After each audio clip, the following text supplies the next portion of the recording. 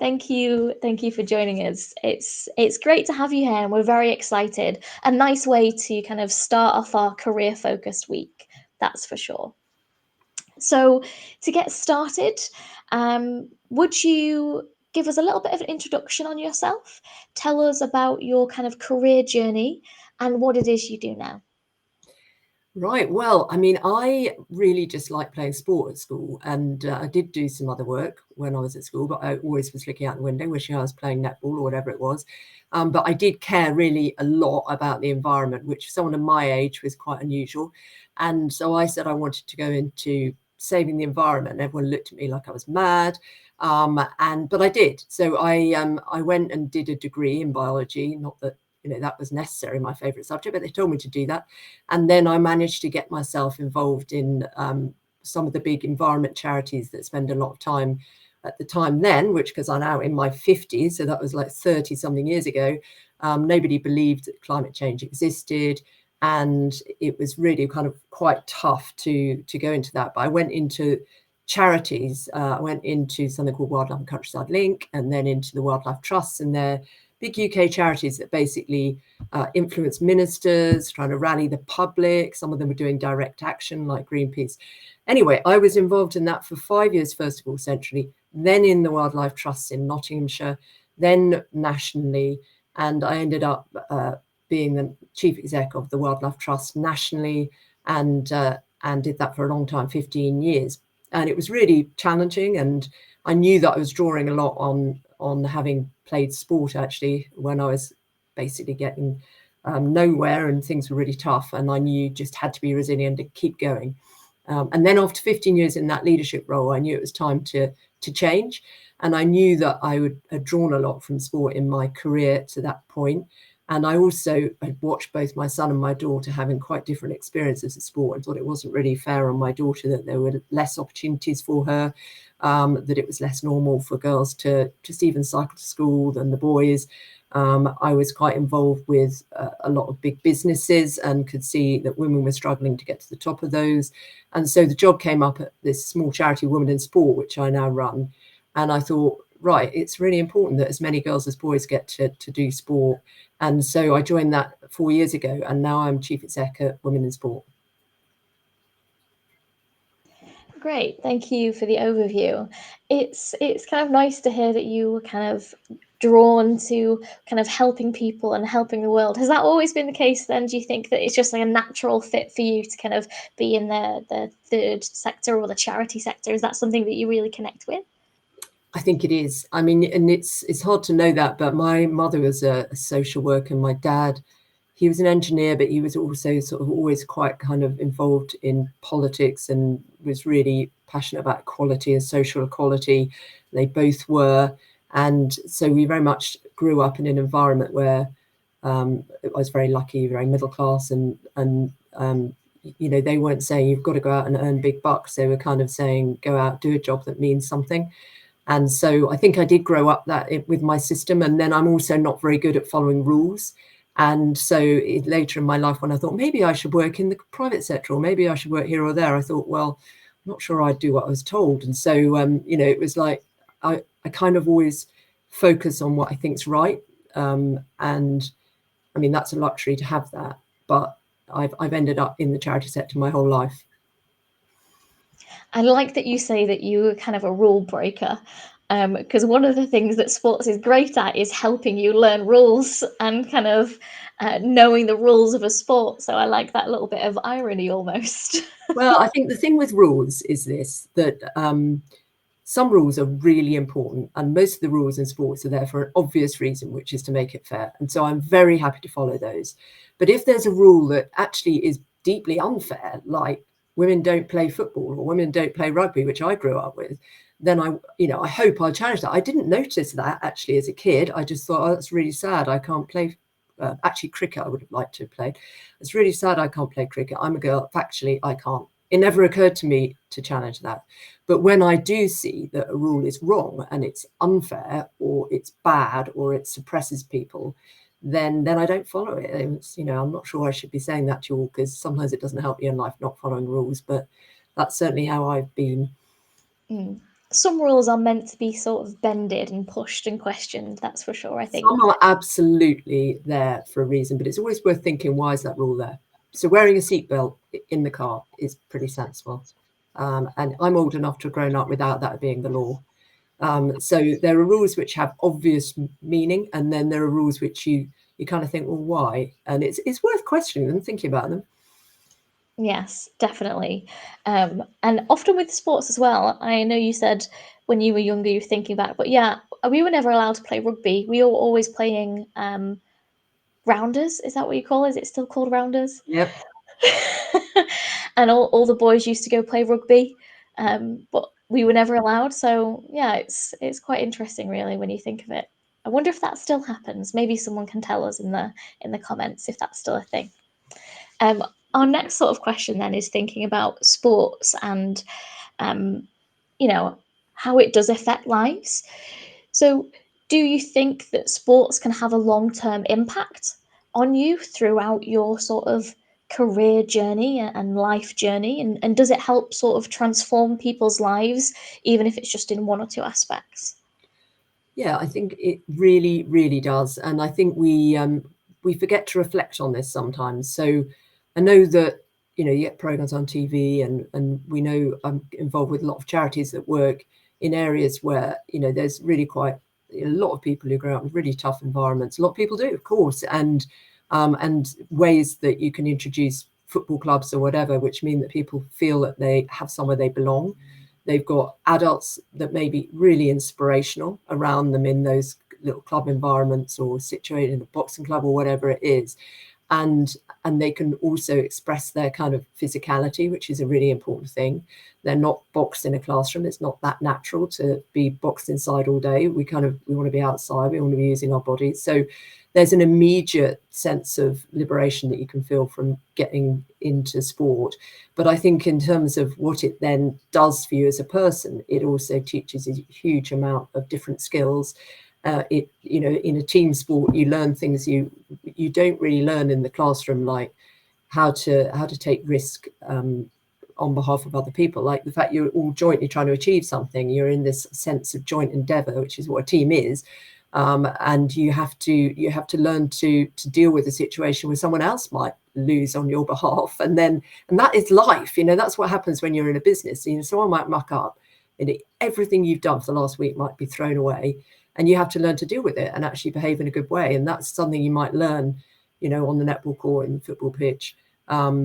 So there's so much you learn from sport in that way. And then there's the whole issue around your personal resilience, which I talked about a tiny bit earlier. It was really hard to be trying to work on behalf of the environment when I was younger, because, as everybody now knows, we weren't doing enough, and you're getting a lot of pushback, and people being very condescending and patronizing, telling you there was nothing really wrong, and you knew there was. It was sort of deeply frustrating. But that resilience you learn when you're pushing on through whatever sport it is, whether you're out on the track in athletics, or whether you're doing long runs or swimming, or doing your gymnastics, you learn to be resilient. You learn to take the bad times with the good, and how you fight through that.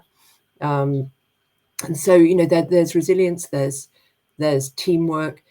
And I know you mentioned earlier before the call, you wanted to talk about leadership, because, again, I think I, for example, thought it was really odd to be shouting at people. I played a lot of netball, and I had a brilliant netball coach.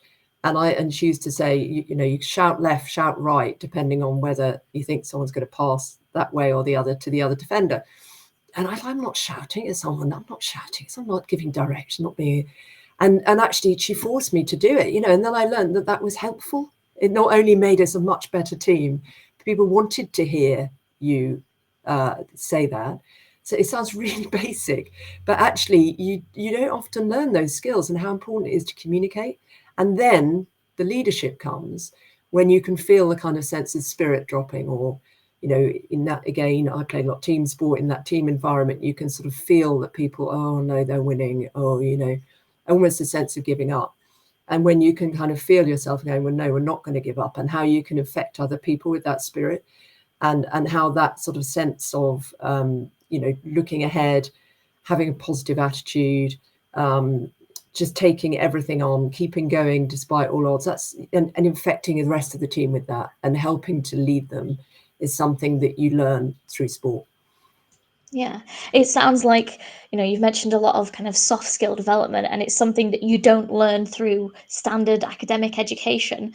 And that's really where sports can fill that gap in helping us, develop those communication skills. And you touched a little bit on kind of emotional intelligence as well, and being aware of other people and how they're feeling through sports, and kind of supporting through that stressful time, which is so key for when you enter the working world, or even if you want to work in sports, all of it is applicable in some element of life, right?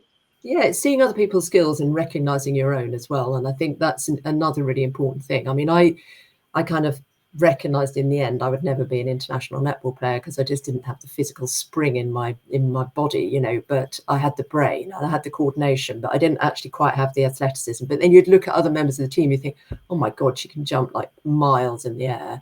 And so we use her on the wing, or you kind of whatever it was, you would actually see other people's skills and what they were. And because it's physical, it feels less, maybe a little bit less judgmental than when you're, you know, in other situations. So, but then you can see how you put a team together. So, and then you also have this issue of how you, I mean, again, it's whether you watch a role model, if you have a great teacher or a great coach, and you can see how they help you understand what maybe your top skills are, and they help other people understand. They're not seeing it as a bad thing just because you're less good at this than them, or, you know, whatever, just seeing it as just real. That's quite a big thing to deal with. If you're a kid, you just want to be good at everything, don't you? And just sort of saying, yeah, you are good at that, but actually they're better than you at that bit. It's fine. You know, it's learning to accept some of that. Yeah, more of that resilience development. Um, so obviously you work for Women in Sports, the CEO of.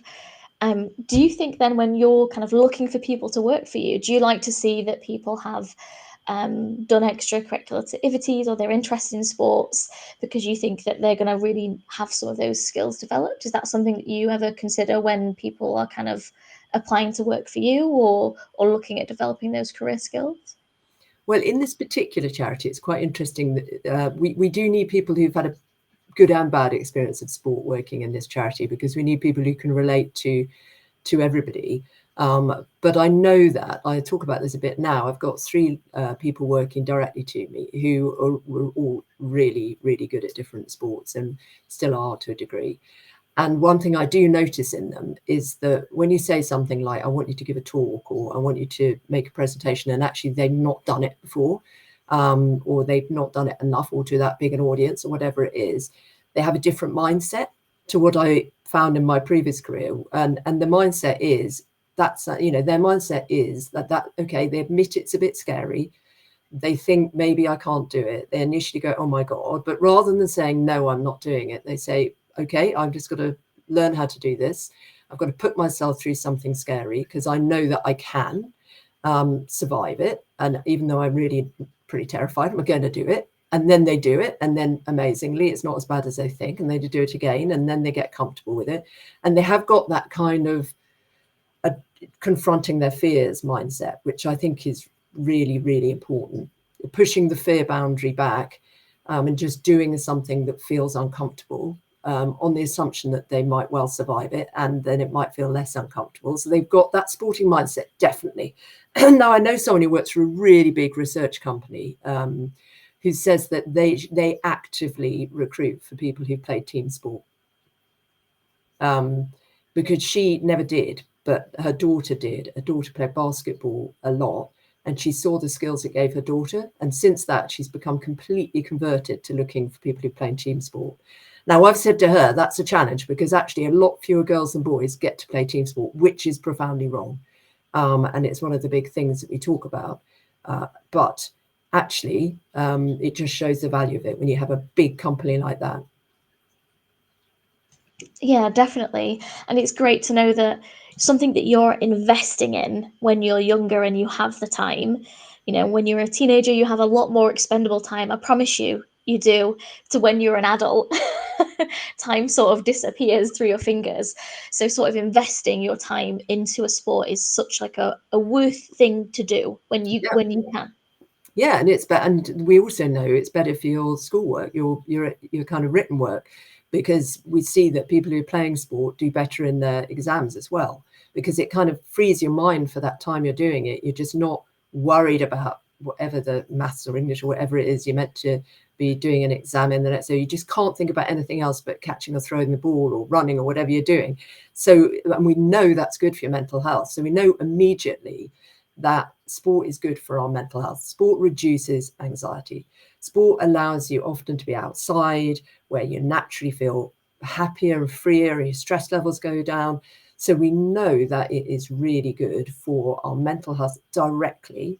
Our longer term health, we even know that it's good for our bones in, in later life, where women in particular get osteoporosis and often suffer fractures and things. Until you're 18, well, for girls and until you're 18, for boys till you're 21, you're putting down the majority of your bone density. So if you do sport where you're landing and bouncing and stuff like that, you're building up the strength of your bones. So there's all sorts of long-term physical and immediate mental health benefits of sport. And I just can't tell you how vital it is. Everyone tries to get out and do any form of sport activity, because it really helps with everything like that. Yeah, definitely thinking about that mental health, which we haven't thought about at all. And I hadn't written any questions around how it helps with that, but I imagine that's a huge part of sports, as you've just said. So yeah, definitely glad you managed to fit that in, because I didn't even think about that element of sports when I was thinking about what we might be talking about today. But yeah, hugely important to be able to have that outlet as well. Yeah, no, definitely. And I mean, it's one of the, we obviously, women in sport, we think a lot about things which are unequal between the genders. And one of those big things is that in teenage, I know that a lot of people nowadays are suffering a lot more from poorer mental health, but in teenage girls particularly, are suffering from anxiety-related illnesses and things. And actually, girls particularly are also missing out on sport. So we need to make sure that we set things up, that it makes it something that we feel like doing. We need to set things up so there's opportunities to be on our own without the boys sometimes. We need to make sure that there's support for us to manage periods, have a sports bra. I mean, sports bras should be on the PE kit list, because people need them, or we're just completely uncomfortable. It just puts us off sport again. We need support when we're kids, when we're under 11, at primary school, so that we enter secondary school feeling that we like sport. Because what we do a lot of work on in our charity is how we're stereotyped when we're very tiny. And as little boys, we're given footballs to play with, and as little girls, we're given dolls, for goodness sake. I mean, that's, it's like, actually, all little kids should be learning how to kick and throw and catch a ball, but often girls learn less than that before they even start school. And then we go into the playground, the boys are told that their whole status in life will depend on proving they're good at football, and it doesn't always work out well. So I would just say all of that stuff, it's so vital that we equalize this, and we understand each other, and we make particular arrangements to make sure that everyone can do it. I love that you answered and you kind of went on to that, because that was going to be my next question, was around sort of what are the stereotypical gender norms within sports and how can we challenge those? And I think just in addition to this is, what things can schools do to help support their students and encourage them to kind of undertake sports now when they can, whether that's outside or within school. What can they kind of actively be doing and become more aware of to help support their students and encourage them?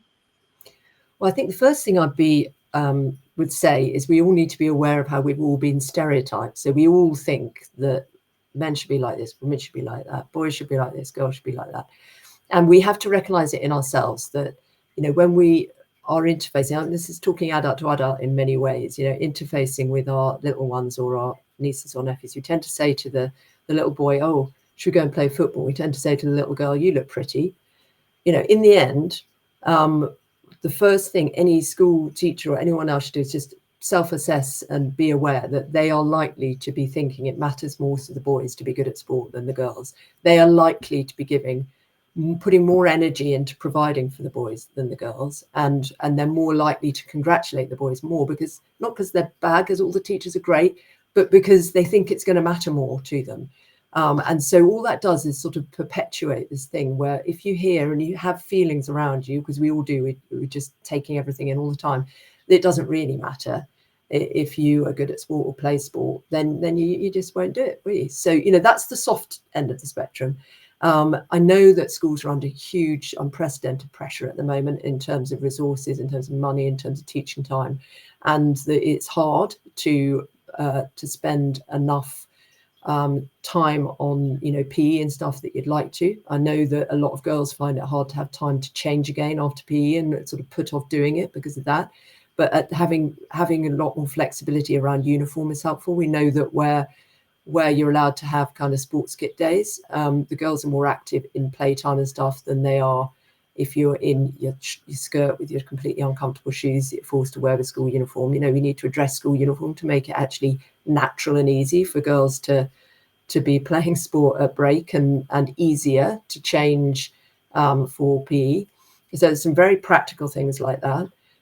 We need to try to make sure we're offering team sport to girls, and some of the sports that traditionally used to be for boys only, like football, like rugby, like you say, like cricket, which there was no real reason other than they're quite fun, that the men running the world said they were just for boys and men. So, but netball too is a great team sport. So let's not drop the great team sports traditionally women and girls did play, but we need to try and find a way to allow that to happen. And I think often at secondary school, and I think everyone on this call is in secondary school, it's about having some chances which are just girls as well, because we are just not anywhere near as physically tall and strong as boys after puberty, and let's not pretend that. And so for anything to be equal on the court, on the pitch, etc., we need some girls only chances. And the other thing I say is after school clubs tend to or after school extracurricular activity, if there is any, which depends a lot on teachers going like even more above and beyond that they already go, need to make sure there's sport there for girls as well, and tying up with community clubs and things so that there's provision for girls as well, because the opportunities just aren't out there. Even if a girl does decide they love even football now, which has obviously been transformed the last few years in our minds, practically on the ground, are all schools offering it equally? Like recently, a school that a friend of mine's kid goes to said they were stopping PE for girls that week. They were going to do mental health walks, whereas the boys were going to carry on playing football. I think we need to just recognise that sport matters as much to girls as it does to boys, and if we get that mindset, then we can do all we can. But I do recognise schools are under huge pressure at the moment. Definitely. I have two final questions before we move on to our student Q&A. And they're they're more simple than what we've talked about so far. So our next question is, do you have a athletic kind of figure, or someone that you look up to as a role model, and why? Okay, well, I mean, it's interesting because growing up, like I said, I was mad about netball, but it was never on telly, which is cruel because most women and girls played it, but we weren't running the media. Otherwise, we'd have had it on telly. So I never was able, like my brothers could do, to have a sporting hero, through the telly. But now when I go to watch netball, which I've done a bit, I think Ellie Cardwell's a bit of an inspiration, one of our England netballers, because she's got a bit of a Mary Earps vibe to her. And she just goes out there and is herself, and it just has that kind of really gritty kind of something about her. But now that I'm the age I am, and now I'm more of a manager than a player, I'd say Serena Wiegmann's got to be the role model, because she's gone in and just done something that no one else has done, and picked the most amazing people to be together in that Lionesses team, and clearly instilled in them the most amazing culture and attitudes and vibe and mutual respect. And what a woman, you've just got to have her right up on a pedestal, haven't you, really? Definitely. I love that. I love the two different ones as well. It's definitely good to have perspective and to have different types of role models. So I love that.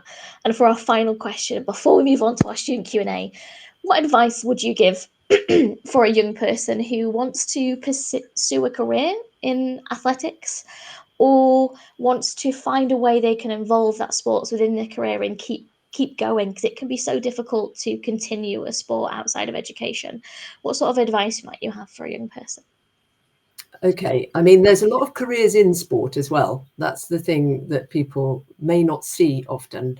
So you see the top professionals, mostly men, still because of football being so big, but it's increasingly becoming possible to be a professional sportswoman. And so that's the actual really elite athlete end of the system. And very few of us ever get to that, obviously very, very few. But if one of those incredible natural sports people is out there, then it's about not giving up really, and it's about belief in yourself and just keeping going, and keeping looking out and keeping making yourself visible to others, so you'll be found if you want to go through that. But I think there's also the world of sport, which is a multi-million-pound business, globally, billions of pounds in sport, and that's because so much has to be put into organising sport. So you might be somebody who's a very good organiser. So much has to be going into publicising sport. There are huge numbers of jobs in PR and media from within sport. So it's an international thing as well. So there's loads of jobs if you're interested in working internationally around the world. There's a whole area of sport that, until frankly I came into this job, I didn't even know how sport was run. But you have all these organisations that are running it, and there's lots of different opportunities within sport. In terms of keeping sport going throughout your life, I think you just have to, it's where you are and what money you've got available to pay for things like gyms or whatever. But nothing ever stops us getting outside, going to the park, going out to the countryside if we can, walking. So that's all part of it. That's about exercise, being outdoors, being healthy, keeping fit. And obviously I've actually really loved swimming as well, so I sort of try and keep going. It's so good for me, and I actually feel quite free when I'm swimming. So it's just trying to keep, whenever you're at a point in your life, you're moving or you're going somewhere new or something else happens, it's looking at how you can arrange your week so you can get some of that in, and ideally make it more of a kind of community thing. So ideally find somewhere where people are organized. I currently go to a sort of over 50s boot camp, and it keeps me really quite fit. But I've met some really nice people, and we kind of, it's as much as social interaction afterwards that is great as the taking the exercise. So that might be badminton, it might be it might be racket sport, it could be finding a netball club. They're not as frequent as finding a football club, whatever. So just keep looking for it throughout your life, and keep expecting yourself that you will be doing it, because that's another thing. It's got to be normal to keep doing sport throughout our lives, or we won't. Yeah, I think that's a great thing to sort of end our formal questions on, and a really good thing to think about making it part of that kind of normal life. And it's a great way to socialize as an adult. You move to a new place and you go, oh, I'm in a new city for the first time. How do I make friends? Yeah. Do a sport. You'll make friends, So definitely another element there. Great thing to have just throughout life to help support you. Um, we'll move on to this first question then, that's from Levenshulme High School. And I really like this question. It's quite a simple one, but it's sweet. So it's, what's the most rewarding part of your job? Okay, so my job now, we're a small research and influencing charity, and I think there's there are a number of rewarding things. I think because of the very great age I'm now at, I really find it rewarding to see people in my team, like I mentioned earlier, actually, just sort of grow. So learn new skills, just be themselves, just be out there. Watching someone who a year ago was saying they're too terrified to stand on a stage giving a brilliant talk, it's kind of makes you feel really proud. So there's some of that's really rewarding. I think it's great to see where you've achieved influence. So it's great to see the impact. It's a rather strange thing. I mean, if you work on the ground in real place, you see impact much more obviously. But when you see someone saying, oh my God, I've never thought that, we've got to change what we do. I must stop saying be careful to my daughter every 2 seconds, or yes, she will become afraid of everything. It's kind of quite rewarding to see change. Or the government change and the government commit to something, or a sport decide to do more for their women in their sport. That's rewarding. I imagine it is. Just being able to support other people is like such a fulfilling thing, I think. And to being able to push sport as well is is such a great thing. Our next question then comes from All Saints School, and they've asked, what is the experience like to be working in this sector? So sort of like what does a day to day look like, I think, almost, and what sort of things do you find yourself working um, on different sort of Yeah. projects? Well, I mean, that's a really hard question. I mean, I can definitely answer it from me now, but it's a bit unusual because I'm, in the chief exec role at a small charity, so it's not sort of the thing you come to straight away. I mean, I'm thinking from my team, then one day for one person might be that they're in the middle of a research project, trying to look at why it is that, well, we've been doing some research on boys at the moment, little boys. Why it is that little boys are mean to little girls in the playground? And so they might be organising a focus group with a whole bunch of under 8 boys or something, or a couple of boys and their parents, and they will be interviewing them about this. But then the other 4 days of the week, they'll be organising for that, or writing it up, and writing notes on it. And that's the reality of it. That there's these moments where you have that interface with people and you're actually doing the thing, and then there's the rest of the week organising for it. For me, because I'm in the chief executive, I sort of dot around between a lot of things. So we're about to do a big launch this week, actually, of some of our research, and we've been trying to use a slightly different approach. So hopefully some of you will see that with an this is not public knowledge, but an ex-EastEnders actor and things like that are going to help us try and make a point differently. So there's quite a lot of creative stuff goes into this too. But the average day for me is really dotting between a lot of things, between having meetings with my own team to manage them and help make sure we're lined up, between managing my trustee board, who I have to report to, and making sure that I'm set up for the next board meeting, doing a interview on the telly or radio or something they come in sort of waves. You might do none for months and then do 4 in a week. Having a meeting with a sport, so meeting cricket, chief exec of ECB or something, and trying to say, where are you at with paying your women equally to your men, or so all sorts of different things. But in sport as a whole, depending on what area you go into, could be very, very, very different. Definitely. As a follow-up question from that same thing, and I'm glad that they've asked this because I was gonna if they hadn't.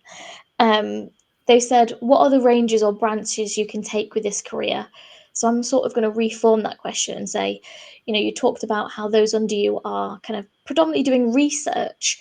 I imagine they've kind of got some qualifications in research, or that's something they've got experience in, and they've got lots of hobbies within sports.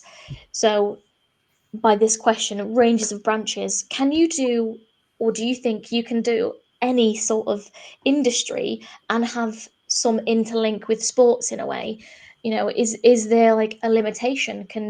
Oh no, if you said you're doing interviews, or so is you broadcasting, there's so many different elements of sports where you're not directly doing the sports but you're involved. What some of industries come to mind when you think of that? Okay. So the professional end of sport, there's a lot wrapped up in the fact that it's broadcast and in the fact that it's sponsored. And then, so you have big companies who will sponsor the shirts of the England teams, or even the club teams or whatever. And there have to be people in that company who are managing those contracts and talking to the sport about how to make sure that Vitality or whatever gets the brand coverage in the stadium it deserves to have, given how much money it's put in. So there's a lot of people talking about branding within sport, for example. And then there's the people who are involved in actually broadcasting. So we see the punters actually on the front on the telly, but behind them there are a whole load of runners making sure that broadcast is possible. So they're making sure they've got the people to interview. They're behind the scenes working on the tech or the kit. There's a whole industry of sports law, which is lawyers who are managing contracts with clubs or managing around libel or PR and things like that. So there's a whole industry around that. I mean, there's this within the sports themselves. There are people who are involved in organising competitions. And then there are the people who are involved in finding the talent, or the people involved in coaching. So there's all sorts of different ways. But if I think of my team, yes, we are a research and influencing charity. So I have 4 people who are doing research, and they've come from all sorts of different angles, but mostly not sport. They mostly came up looking at, say, sort of did psychology or something at A level, and then went and did a degree in psychology or in social science somewhere, and they use social science research skills within their degree. Maybe they mostly have degrees in that research team, but you don't have to have a degree in, you know, in all the different teams. But they may have done that, and then they might have worked in private sector they might have been doing, one of the people who used to work for us did a lot of research at Unilever on what people want from sanitary ware. You know, they did a lot of research into toilet rolls, really unglamorous kind of nappy stuff, and baby wipes and things. And then she was like, because she was passionate about netball, she came across and worked for us. So you can work in something completely different and then come into the sports sector, and now increasingly the sports sector realizes it wants people who've done all sorts of different things, not just people who've been brilliant athletes, to help it run. If that makes any sense. Yeah, definitely. You can be passionate about a sport and it not be your whole career, Yeah. but you can also, you know, if you want to involve an element of that within your career, you can. Yeah. And there are less jobs now, but there are jobs in local authorities, there are jobs at leisure centres, running leisure centre, working in the gym, working in the pool, you know, getting your life saving certificate, being and then that can mean you end up going up through the system there, and you learn to manage bigger parts of the leisure centre, and then you might actually manage the whole leisure centre or something. It depends how ambitious you are. And so there's this whole bit around gyms and leisure, which is outside the kind of professional sport kind of area. So there's just such a breadth there. It's about really what you feel you're good at, what you enjoy doing, what you're good at, what you enjoy doing, and what you change you want to see out there, or what your priority is for your life. It sort of all fits in. Definitely. Don't get stuck doing a job that you're not happy with, that's for Too sure. much of your life, if you can avoid it, too much of your life. Yeah. Yeah. I think we're about on our final question now. We're heading very quickly, rapidly towards the end of our time. And we have this question here, which is, did you know you were going to be doing this job when you were our age? And as addition to that, what do you think younger you would think about that, you doing this job? That's a really good question. I was a very unusual, because when I was about 12, I said I was going to be an environmentalist. And so that was a bit unusual. Not many people know what they want to be. And then I was one for about 27 years. So I certainly would not have thought I would be doing the job I'm in now. And the younger me would not have known I'd be doing this job. Even the me 6 years ago would not have known I would be doing this job. So you can't predict which direction you'd take it. What was the other second half of that question, did you say? If you had known, what do you think you would have felt about it? I don't think I was aware when I was young of the gender inequality in sport. I had an unusually positive experience of it. And I don't think I kind of realized there was any issue about how girls and women basically get stereotyped to do all the unpaid work and not to have as much fun as boys and men. And so I didn't even know that really wasn't a problem. So I would have thought, why would she be doing that? That's really weird. I think probably would have been my childhood response, if that's helpful in any way. But you can't expect which direction your life will take. And I think it's being open to that. And when I moved out of environment into this, it was the biggest leap of faith I'd taken. It was the biggest jump into the dark I'd taken. And, luckily for me, it worked out well. Brilliant. Well, as we sort of end today's session, do you have any final thoughts and feelings you'd like to share with our viewers today?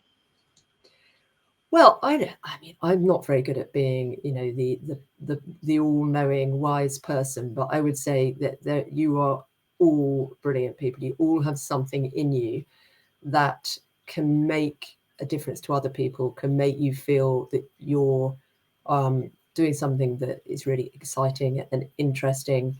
And it really doesn't matter whether you currently are loving every subject you're doing at school. It really doesn't matter if you're feeling a bit rubbish about a particular exam. What matters is that you find ways to feel happy now when you're young, and find ways to kind of relieve your stress. And I would really recommend getting outdoors as much as you can as part of that. And therefore you're able to to sort of build yourself, really. I hated it when I was your age, people saying, know who you are, because I don't think any of us really know who we are, possibly until you get to really quite an age. But I think following your instincts is really important. And when you feel something just a bit, reflect on it, because it could be quite a powerful thing. Like if you feel uncomfortable about someone else's behavior, you're probably right to. Believe in that, believe in your emotions. Wonderful. Thank you for joining us today, Steph. It's been really great having you on. On my part, I thought it was a great conversation, and definitely some things to kind of think about if our viewers are interested in a career in sports or just picking up a sport and trying something new.